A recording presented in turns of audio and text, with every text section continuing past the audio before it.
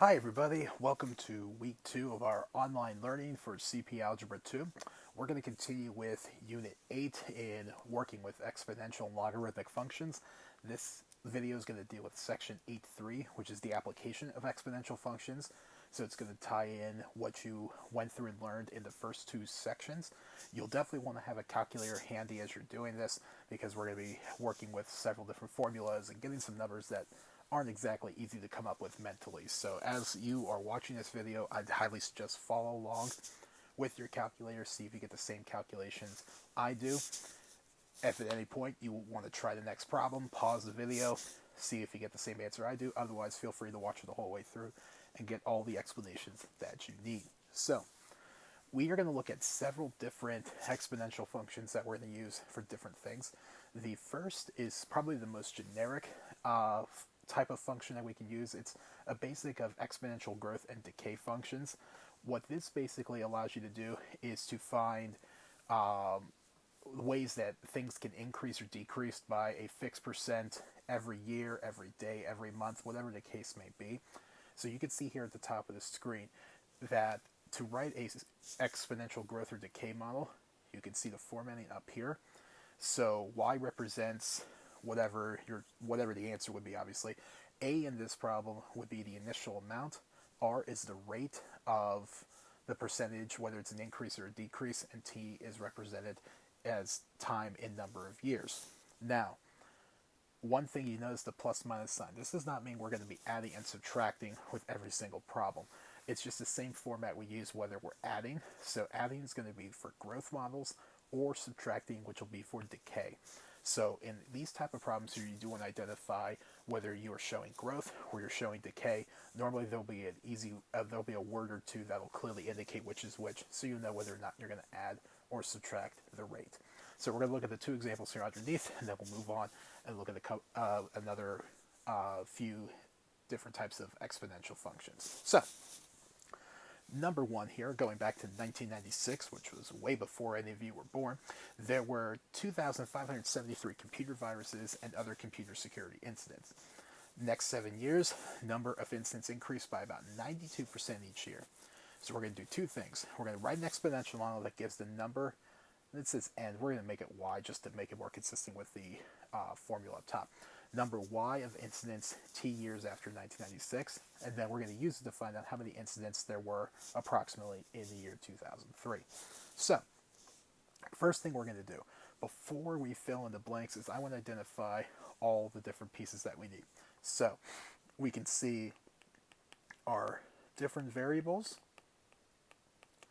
Now again, you don't necessarily have to write this down this explicitly as you do it, but for some of you this might be an easier way to help organize your numbers. So y is the value we're trying to solve for. Y is simply the number of incidents. So we don't know what that is. That's what we're ultimately going to try to solve for. A is the initial amount. So if we go back into the problem, the initial thing that we're given is in the year 1996, there were 2,573 computer viruses. That's going to be our A value. Okay, 1996 is just, it's kind of like a number to throw you off, but that is the starting point of this problem. It's in that year. Well, what was the initial amount of the viruses? In this case, it's a 2573. So that's going to be our A value. The R is the percentage rate, but keep in mind the percentage rate, we need to express it as a decimal. So the fact that it's 92% means we are going to divide that percent by 100, turn it into a decimal, make it 0.92. Now t, I tell you in this problem, t is, we've got 7 years that this is occurring, so t is going to be 7 because that's the number of years. So using our format, y equals a times 1, now we choose plus or minus. These are increasing, so if it's increasing by 92%, we want to use plus the rate to the power of time. So we're going to use the plus sign there, and that's the formatting we're going to use for the equation up top. So now let's go fill in the blanks. So we know 2573 is A, 0.92 is R, and the 7 is T. Now keep in mind, part B says approximately how many incidents were there in 2003. 2003 is 7 years from 1996, so it's okay that we use that number already off the bat. Now, there's a couple things you can certainly do to calculate this. If you type this all in to your graphing calculator at once, you can certainly get the correct answer, and that's fine. If you want to condense this a little bit using PEMDAS to have to put less things in your calculator, that's certainly fine too. That's what you're going to see me do throughout these, just to try to make the math a little bit easier in some cases. So here, I'm going to add what's in the parentheses and have this as 2573. In parentheses, I'm going to have 1.92 to the 7th power. Now again, you can type this in as you see that I've written it. Key thing is, you need to put parentheses around that 1.92 and you need to raise it to that 7th power. Because again, that needs to occur first before multiplying by 2573 in the world of PEMDAS. So if I type that in, which I'm doing in live time as we go through this, we are going to have a final answer of 247,484.7182. So with these problems here, I'm going to actually list a lot of the decimals after it, just because we can then talk about the proper way to round these and such, depending on what type of problem you're doing, whether it's a problem with money, problem with items, etc. So since this is talking about computer viruses, 0.7182, you're not going to have 0.71 of a computer virus. So you can answer this one of two ways. You could round this down to 247,484, or you can round it up to 247,485. Ultimately, it's an approximation. So we could say there are approximately 247,485 viruses. And that would be your final answer. Now we're going to do virtually the same thing in number 2. There's just one minor difference that we're going to work through. So number 2, a new snowmobile costs $4,200. The value of the snowmobile decreases by 10% each year. So that word decrease means we're going to use a decay model, which means it's going to look very similar to what we did in number 1, but instead of a plus sign in that set of parentheses, we are going to put in a minus sign. So we'll write that out here in a minute, but we're going to go fill in our variables. So y in this problem, if we read part A, write an exponential model that gives the snowmobile's value y in dollars. Well, that's what we're trying to figure out. So y is going to be the overall money. That's the unit we're going to use. A is the initial amount. So when you bought the snowmobile, it's $4,200. The rate, it's a 10% rate. Turn that into a decimal. So you divide that by 100, you get 0.10. T is the amount of years. So part B says estimate the value after 3 years. That's exactly what we're going to do. Put a 3 in for T. So I'm going to go ahead and again write out the formatting. So y equals A parentheses 1 minus R to the T power. Again, we're using a minus sign there because we are decreasing. And all I'm going to do is plug it by value. So 4,200 for A, 1 minus 0.10 for the parentheses, and for T, we're going to put in a 3. So again, just for the sake of some easy condensing, I'm going to condense down what's in the parentheses to 0.90. So all I have to do is plug it in as I've written it. Y comes out to 3061.8. Since it's a problem that's asking about the value in terms of money, it's okay to have a couple numbers after the decimal. This one actually comes out pretty nice. So we could say the value would be $3,061. 0.8 would be 80 cents. So that's how we use exponential growth and exponential decay. Again, the formatting is pretty similar. The biggest thing is identify whether or not you are increasing or decreasing. That will change the sign in your problem. But then the rest of it's just a matter of matching up the variables with the different values in your problem. The next type of exponential model we're going to look at is compound interest. So this is something you would use for banking, obviously, and a lot of these problems that we deal with tend to deal with money, banking, etc. So compound interest is basically depositing money in an account. You get a rate of interest that will cause your money to eventually grow over time, and every so often, depending on the amount of times you want to compound it, aka how many times you want that interest to be able to kick in. So the formatting that you're given for compound interest, A equals P parentheses 1 plus r over n to the n times t power. So here is what all that means, and you can see that here in the description. So P is the principal. What that means, that's the money you're depositing. So it's the initial amount you're sticking in the account. R is rate, as a percentage rate converted to a decimal. The N represents how many times the interest is compounded per year. So that N value will come from however many times the interest is going to kick in. T represents the amount of years that you are keeping the money in the account. So you're depositing $4,000 in an account that pays 2.92% annual interest. Find the balance after 1 year if the interest is compounding with a given frequency. So we're going to look at quarterly and daily. So we know in this case we're going to find, it looks like a few different variables here. So we have A is equal to our overall amount. So we can even call that the final amount just so that's easier to delineate. The P is the principal, so aka what you're depositing. So in this case it's $4,000. Then we have R for rate. So it's a 2.92% interest. If you divide that by 100 and turn it into a decimal, it becomes 0.0292. Do not cut any numbers off when you do this, okay? You don't want to round that down to 0.03 because that changes it drastically. You want to make sure to keep whatever percent you have, you need to keep all those digits in play. N is the amount of times the interest is compounded. So that comes back up to part A here, is quarterly. Quarterly means that's going to occur 4 times per year.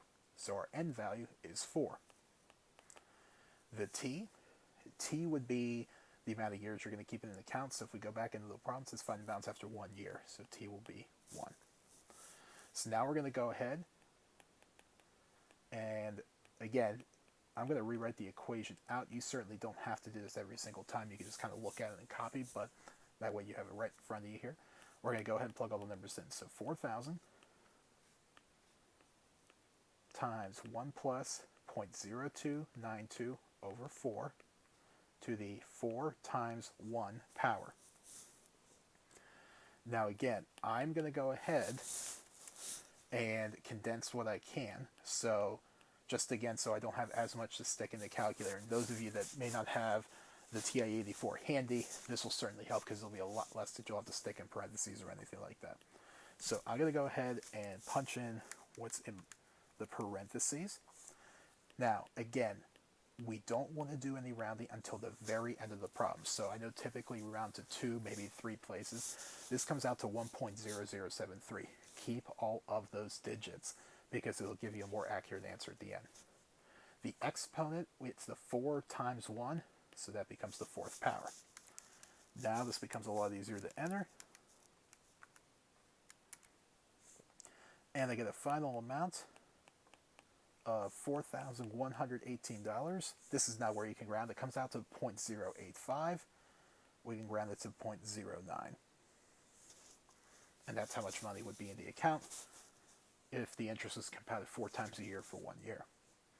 Now we're going to go ahead and do the same thing for part B, except we're going to do it daily.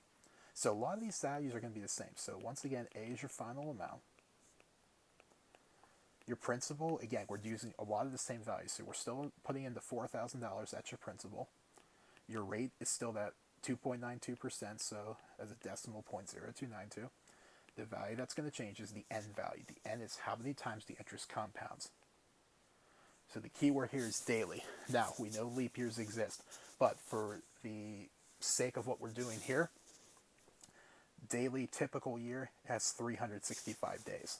So our N value is going to be 365. That means the interest is going to compound and kick in once per day. And we're still doing this over the course of 1 full year, so T is 1. So once again, I'm going to use the same formula, plug in all the values I'm supposed to. So 4,000 times 1 plus 0.0292 over my N, which is now 365, to the 365 times 1 power. Again, I'm going to use my calculator to condense what's in the parentheses. So now this is going to be an even smaller number in the parentheses, 1.00008. And then 365 times 1 means I have the power of 365. And now I'm going to go ahead and type everything in. When you do that, you get $4,118, and the decimal round to 52 cents. So it's not that much of a difference, though you do get a little bit more money if your interest compounds daily versus quarterly, because the interest kicks in just a little bit more. It's not a very stark difference, but if we were to extrapolate that over many years, you would see there be a big difference between doing 4 times a year versus every single day. So that's how we use the compound interest formula. Again, if it's easier, depending on your calculator, you can certainly punch in all the numbers as they're written once you have them plugged into the formula. For some of you, it might be easier to try to do them in chunks so that you're less likely to make a mistake. But again, ultimately, that's up to you on how you want to solve them. Now we're going to look at continuously compounded interest, which basically means the interest, instead of occurring once a day, or 365 days a year, or 4 times a year, or 12 times a year, or whatever the case may be, it's infinitely occurring. When you are dealing with continuous compound interest, okay, that is going to involve that E value you learned about in the last lesson. So E is not a variable, as we discussed. E represents an irrational number, 2.71, blah, blah, blah. Goes on forever and ever. But if you are dealing with compounded interest that is continuous, you are going to use this formula, A equals P times E to the RT power. P is still principal, R is your interest rate, T is your time in years. But since we are doing this continuously, there is no real end value that we can actually use. So in its place, we use the natural base E as a substitute for it, essentially.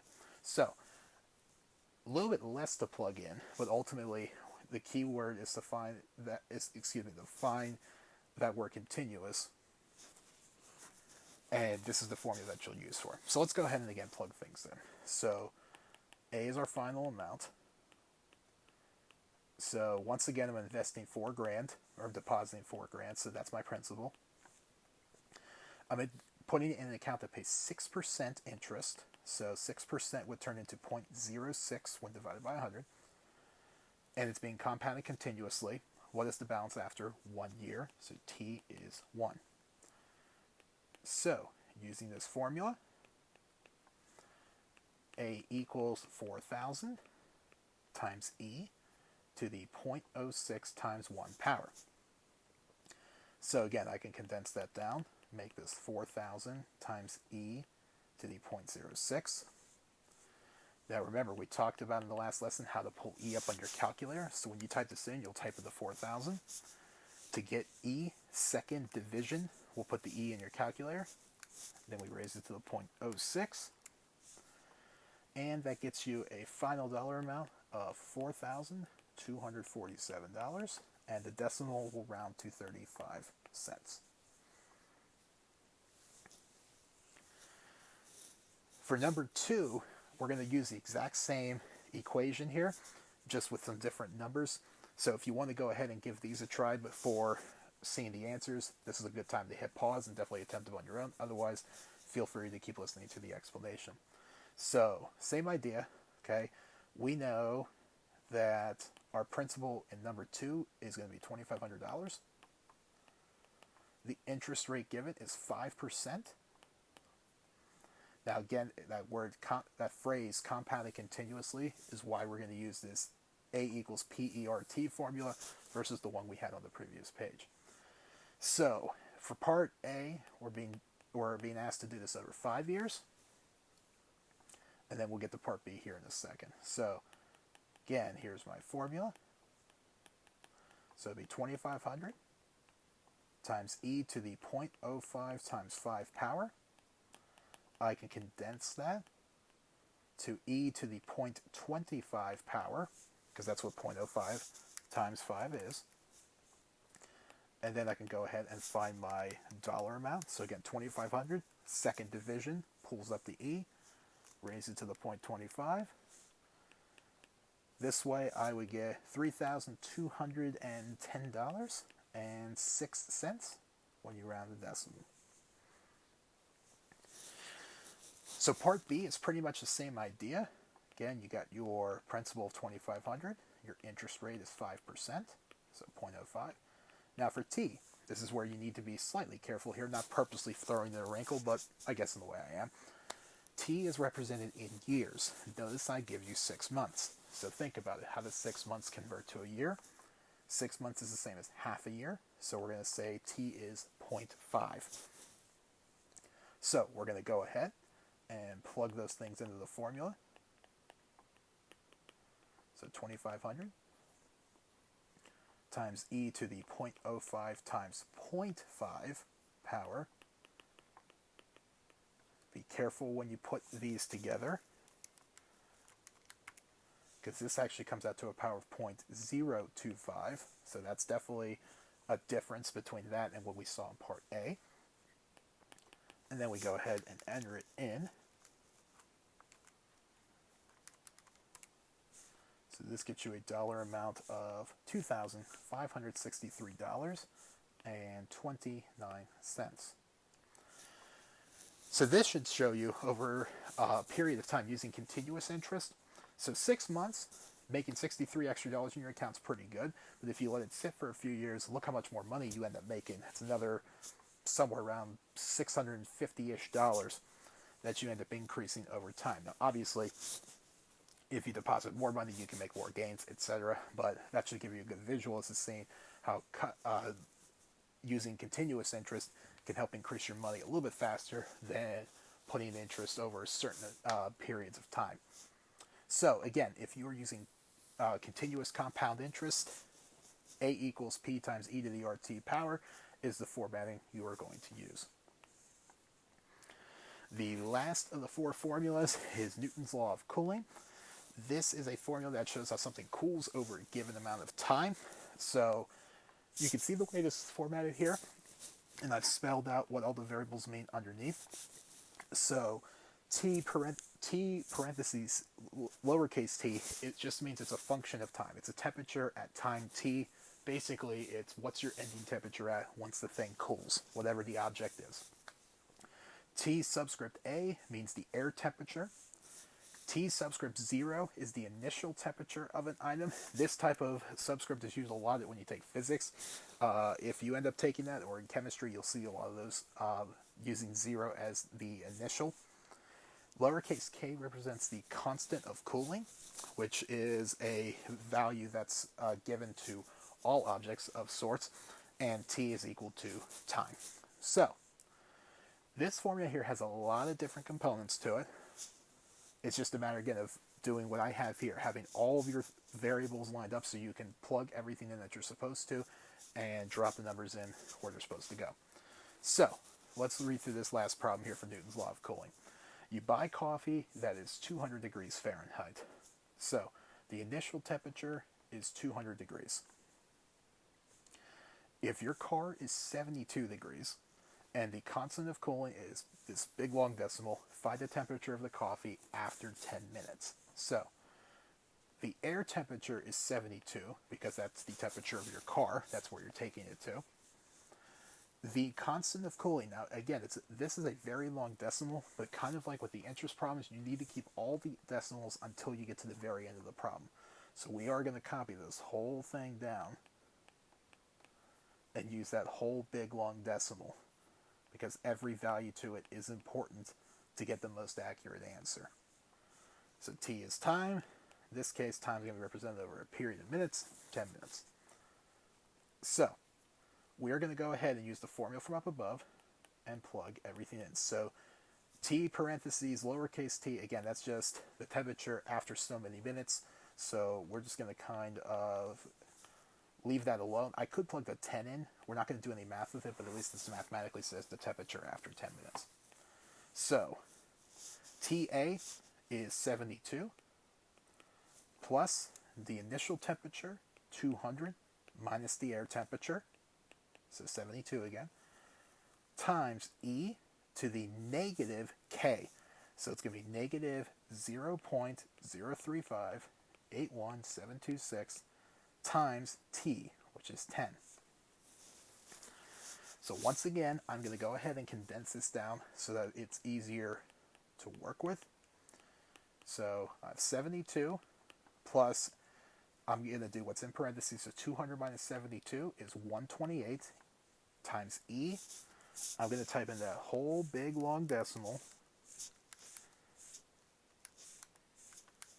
times 10, and that'll reduce it down a little bit here, a couple less digits, to negative 0.3581726. And then I'm going to go ahead and punch this all in.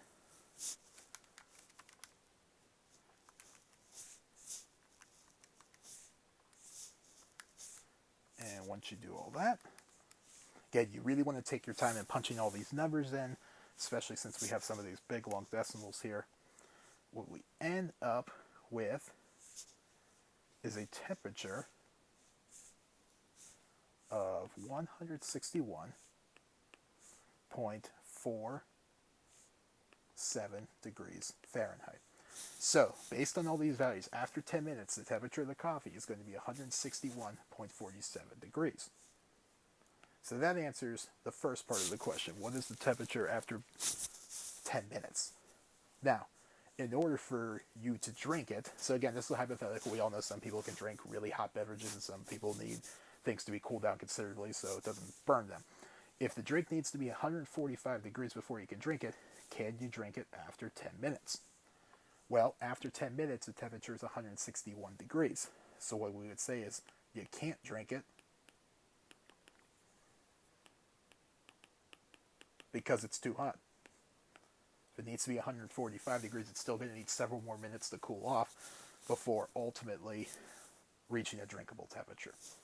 So, there's a lot of different things that you can use exponent functions for in real world stuff. So again, there's a lot in terms of finding different things with temperature, finding things with money, finding things with value over time. Bunch of different things that have a bunch of different formula setups. Your advantage is that you should be able to match formulas to what you need pretty easily based on the scenarios given. So, with all that being said, there is an extra practice that's available to this, 8.3 homework assignment. I would try some of those problems, match them up with the answers provided to make sure that you have an idea as to how to enter things in, how to find the right formulas and punch everything in correctly. I would definitely make sure you practice that first before doing the graded assignment that goes with it. Remember, you only get one attempt at the graded assignment once you submit it, and once I grade it, that's pretty much it. So make sure you understand what you're doing with the extra practice first before making that attempt. If you have any questions, please shoot me an email, send me a Schoology message, or get a hold of me if you need more explanation. We can sit down over Zoom and definitely hammer some things out. So again, if you need anything from me, let me know. Otherwise, thanks for watching. We will see you next time.